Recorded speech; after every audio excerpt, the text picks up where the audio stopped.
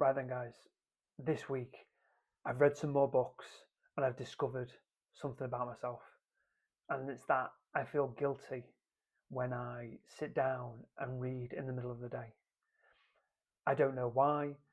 I can't figure out where it's come from.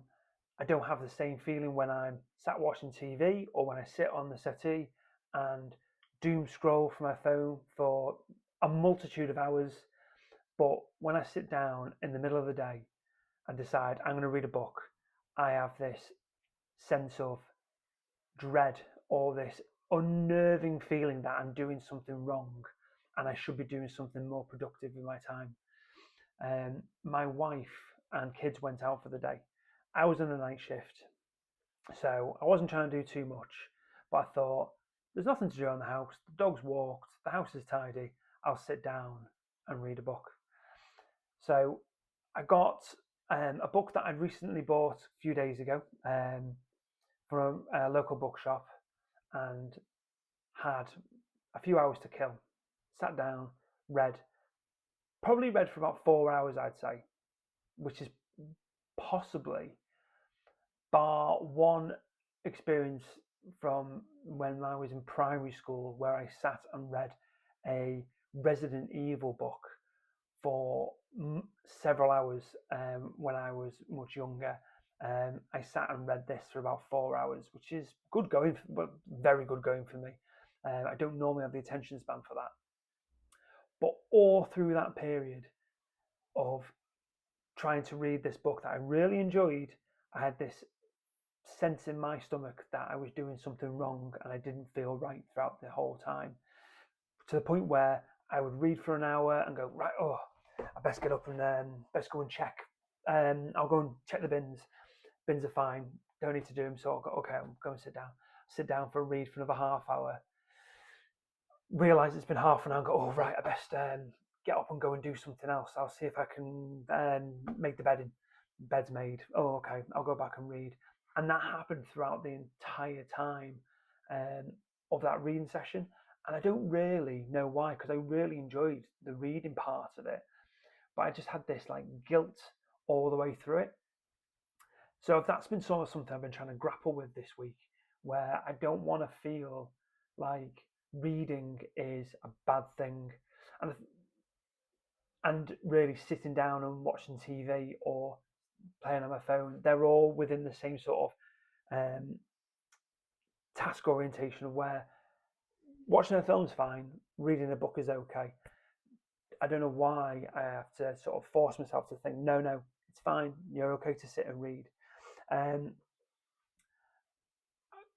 Coming on to the book that I did read, that I had this internal battle with myself.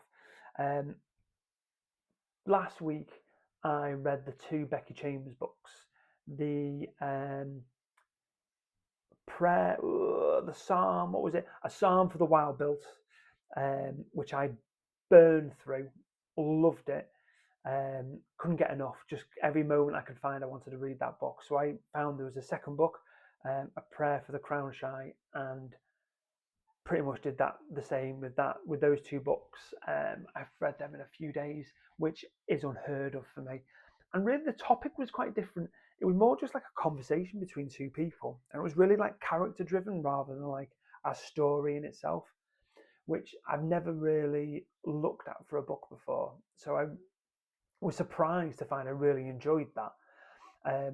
So when I finished reading it, I decided to look at getting another book. So I went to a local bookshop. It's a fantasy bookshop down the road.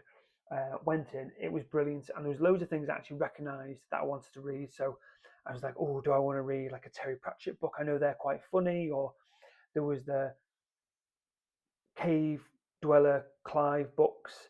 And when I spoke to the woman who owned the shop, she was like, oh, these books are brilliant, you really need to read these. I was like, oh yeah, but it was a hardcover, and I was like, I'm not sure. In the past, reading hardcovers, I've really enjoyed them, so I thought, I like the idea of the story, but maybe not today.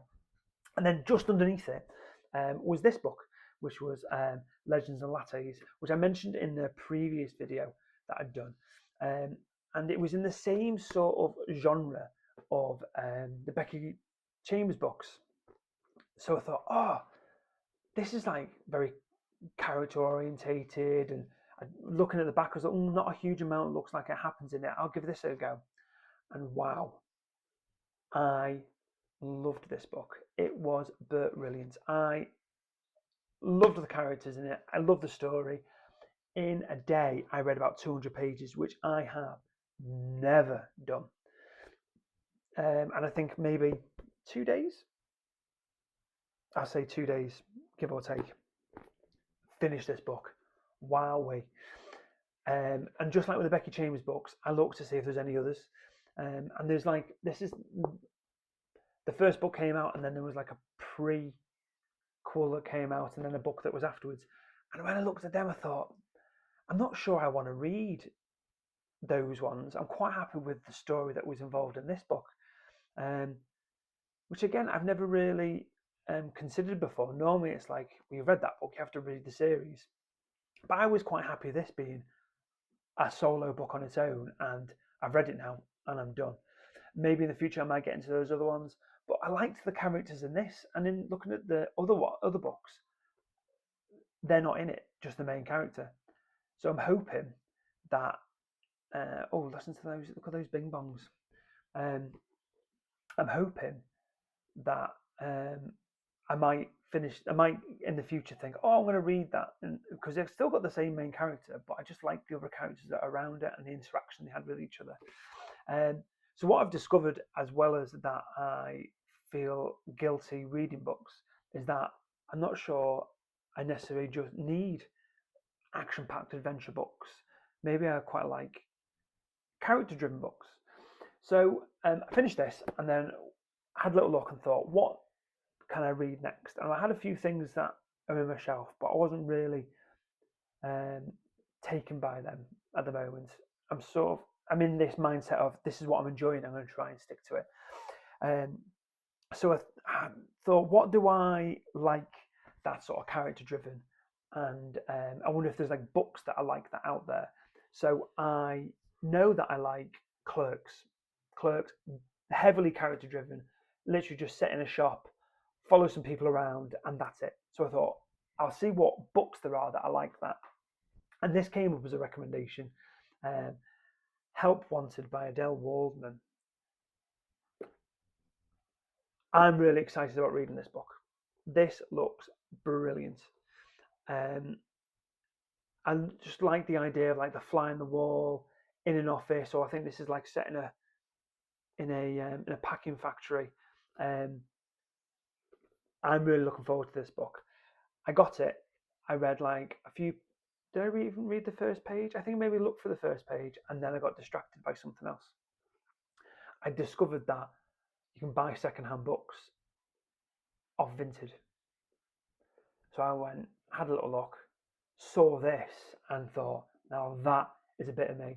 This is a book by Jasper Fforde called The Last Dragon Slayer, which at first look I was like, okay, that looks all right. But then when I read the back of it, it said the power of magic had been ebbing for centuries, and with it the relevance of sorcerers. Once a wizard would have the ear of a king, but today they rewire houses and unblock drains. And when I saw that, I thought, that is a bit of me. I can't wait to read this. And then when this arrived, this book sort of got pushed to, I'll read that next time, and I'll read this. And one of the reasons why is the story looks great, hardback, seeing whether I like them or not, as I thought, the writing in this is huge. I'll burn through this. Look, there's like 280 pages, but writing's huge, big margins on there. I'll burn through this. So I've only been able to read it at night because of work, and I've got through an all right chunk. And this is really good. This is a little bit more silly, a little bit more. It is still character driven. Not a lot's happened so far, but it's quite funny. I quite like the humour in it. I'm enjoying a lot of the sort of characters that are sort of coming into the story.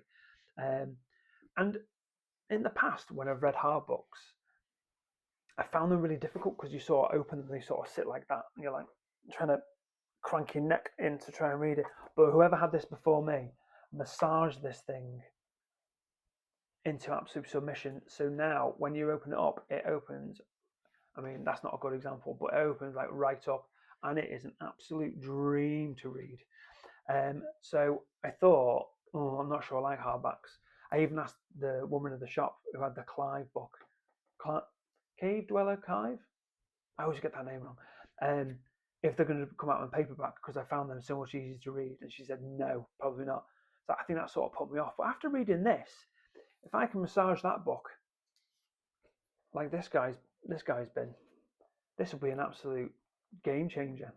But this is what I'm reading at the moment, and it's great. I'm really enjoying it, and this is what I'm hoping to read afterwards. And really, what I'm trying to do is, rather than looking at top 10 books everyone should read, or top 10 books men should put in their bookcase and all this sort of stuff, and it's all like the same book mentioned like 15 different times, or it's like a self-help book, which are boring. I'm trying to read books that are sort of story driven and reflect what I like in media anyway, because I feel like doing that, I'm going to enjoy it. I do like a lot of military movies though, and at the moment I'm really not feeling them in the mood to read like a war book. Maybe in the future I will. I'm sort of going with the flow and going what I've got at the moment. If anyone's got any recommendations of what books would sort of fit within what I'm reading at the moment, let me know. I'm open literally to, as you can see, literally open to anything, and we'll go from there. But that's where I'm up to this week. I'll hopefully be back again next week, and we'll see where I'm up to. Who knows? I might have finished this book, sacked this off again, and gone for something else, and I'm into a completely different story and maybe a completely different genre that I didn't expect. But we'll wait and see. But thank you very much for coming, and I'll see you next week.